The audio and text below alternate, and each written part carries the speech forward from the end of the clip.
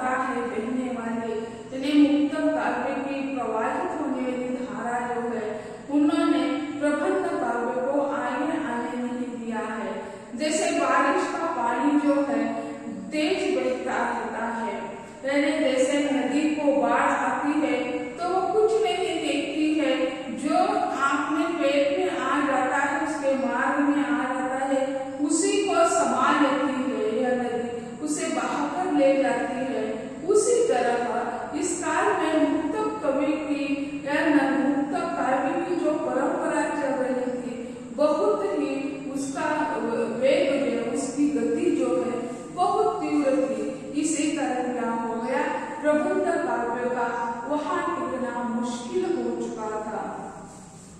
अगली जो विशेषता है ब्रज भाषा की प्रधानता, यानी भक्ति काल में दो प्रकार की भाषा अवधि और ब्रज का प्रयोग हुआ था। दो संप्रदाय अलग अलग है, राम भक्ति संप्रदाय और कृष्ण मुक्ति संप्रदाय। कृष्ण मुक्ति संप्रदाय की भाषा है ब्रज, ब्रजमंडल के है कृष्ण, तो ब्रजमंडल की भाषा ब्रज है, और अवध प्रांत के राम है, तो राम भक्ति साहित्य के लोगों ने अवधि भाषा को अपना लिया है। लेकिन जैसे इन्हें ब्रज भाषा का प्रचार प्रसार करने वाले कृष्ण भक्त कवि प्रचुर मात्रा में थे, जैसे हम देखते हैं अष्टछाप कवि है, फिर 52 वार्ता के कवि है। तो ये जो कवि है ये संप्रदाय विस्तृत था कृष्ण भक्ति संप्रदाय।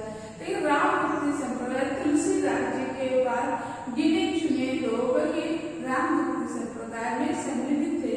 इसी कारण अवधि के साहित्य ज्यादा नहीं है। अब इसी समय इन्हें ब्रज भाषा में साहित्य प्रचुर मात्रा में उपलब्ध था। इसी कारण इस काल के ब्रज भाषा की प्रधानता काफी दिखाई देती है। ब्रज भाषा इस युग के साहित्य की भाषा है। भारतीय साहित्य में लालित्य के क्षेत्र में संस्कृत भाषा के पश्चात ब्रज भाषा का स्थान है। संस्कृत भाषा के बाद उच्च स्तर पर कौन सी भाषा है तो वह अवधि नहीं तो ब्रज मानी जाती है। ब्रज भाषा का साहित्य प्रचुर मात्रा में है, उसे बोलने वाले हैं, तो उसके अलग अलग कारण हो सकते हैं। लेकिन जैसे हम मानते हैं तो उसमें लालित्य जो है, भाषा जिस भाषा में लालित्य होता है, गेयता होती है, वह भाषा काफी समय तक लोगों के दिलों में राज करती हुई दिखाई देती है। तो उसकी पहली विशेषता है ब्रज भाषा की गेयता और लयता। इसी कारण वह काफी समय तक साहित्य के क्षेत्र में साम्राज्य करती हुई दिखाई देती है।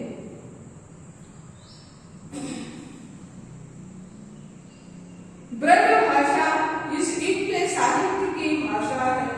भारतीय साहित्य में लालित्य के क्षेत्र में संस्कृत भाषा के पश्चात ब्रज भाषा का स्थान आता है। एक तो यह मध्य देशीय भाषा थी, दूसरी यह प्रकृति से मधुर थी और साथ ही कोमल रसों की सुंदर अभिव्यक्ति की इसमें अपार क्षमता थी। यानी कोमल रसों की सुंदर अभिव्यक्ति इसमें काफी मात्रा में थी। भाषा का परिवर्तन, सौष्ठव और प्रौढ़ता, उक्ति वैचित्र और चमत्कार तथा भाव की मर्मस्पर्शी अभिव्यंजना इस भाषा से मिलती है। यानी जैसे भाषा का परिमार्जन सौष्ठव हो, प्रौढ़ता, उक्ति वैचित्र और चमत्कार तथा भाव की यानी मर्मस्पर्शी अभिव्यंजना जो है वह ब्रज भाषा में हमें दिखाई देती है। तो ऐसे ही ब्रज भाषा जो है संस्कृत भाषा के बाद साहित्य के क्षेत्र में ब्रज भाषा का काफी महत्वपूर्ण स्थान है, यह इससे स्पष्ट होता है। अगली जो विशेषता है 5-6 नंबर की, लक्षण ग्रंथों का निर्माण, यानी लक्षण ग्रंथों के निर्माण इस काल की एक प्रधान विशेषता मानी जाती है। रीति मुक्त कवियों को छोड़कर प्रायः इस काल के सभी कवियों ने लक्षण ग्रंथ लिखने का प्रयत्न कर दिया है। यानी रीति मुक्त जो कवि हैं उन्होंने रीति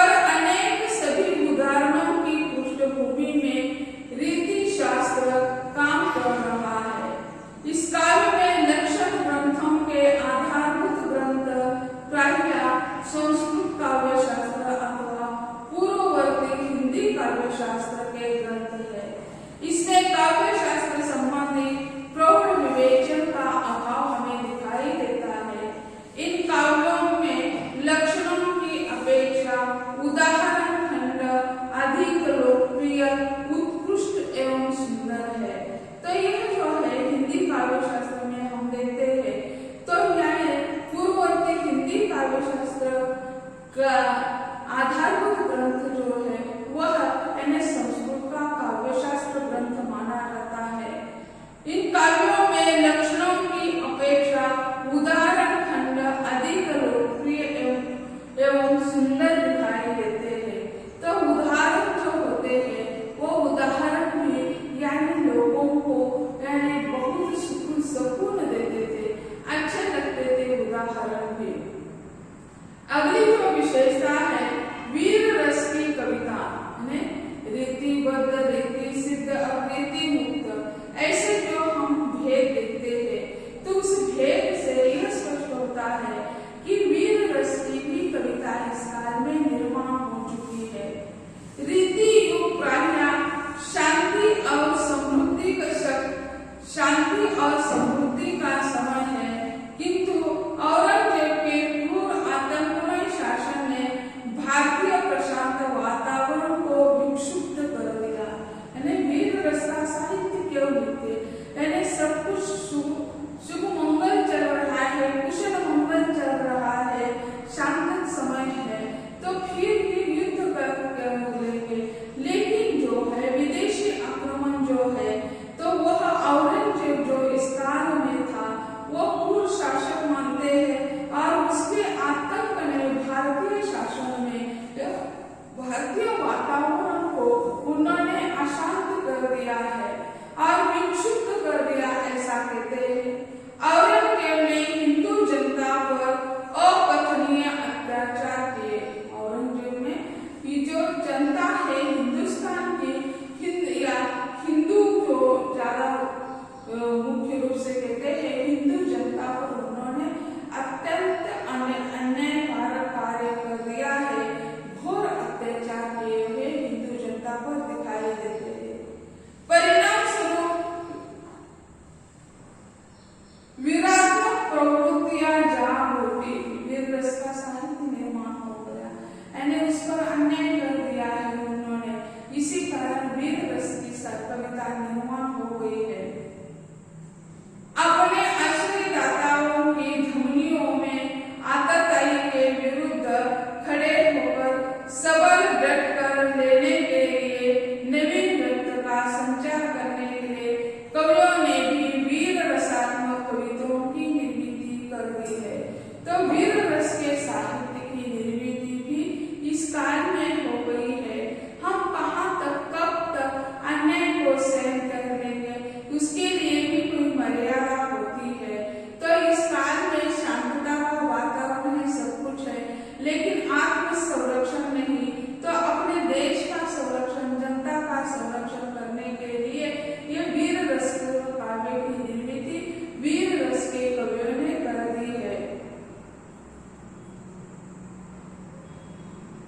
यद्यपि रीति काल में श्रृंगारी कविता की प्रधानता है, किंतु वीर रस की क्षीण धारा भी उसे साथ साथ प्रभाव रीति काल की विशेषता हम देखते हैं तो श्रृंगारिकता, उसके साथ साथ दूसरी छोटी धारा बहने वाली जो है वो श्रृंगारिकता की धारा है, वो पैरेलल बराबर बहती हुई दिखाई देती है। भूषण, लाल और सुदन आदि कवियों ने ओजस्विनी भाषा में वीर रसात्मक काव्य की सृष्टि की है।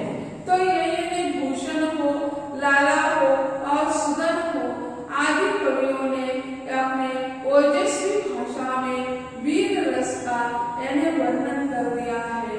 वीर रसात्मक काव्य लिखने का कार्य लाला हो, सुदन हो, भूषण हो, इन कवियों ने कर दिया है।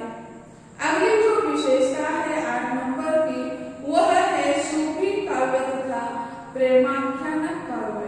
सूफी काव्य भी इस काल में लिखा गया, जैसे हम मानते हैं कि सूफी साहित्य में हम सबसे प्रेम की पीड़ा गहनता से सहने की शक्ति इसमें दिखाई देती है। रीति काल में 2 प्रकार के प्रेम काव्यों की रचना हुई। कुछ काव्य आध्यात्मिक प्रेम सिद्धांत निरूपण है और लौकिक प्रेम पर पहले प्रकार के सूफी काव्यों का निर्माण मुसलमान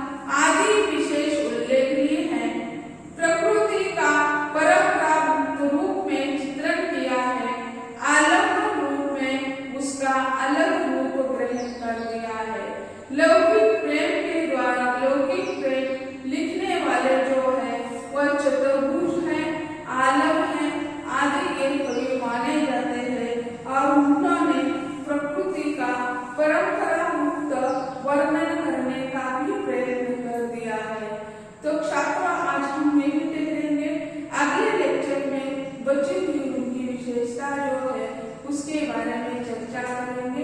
धन्यवाद।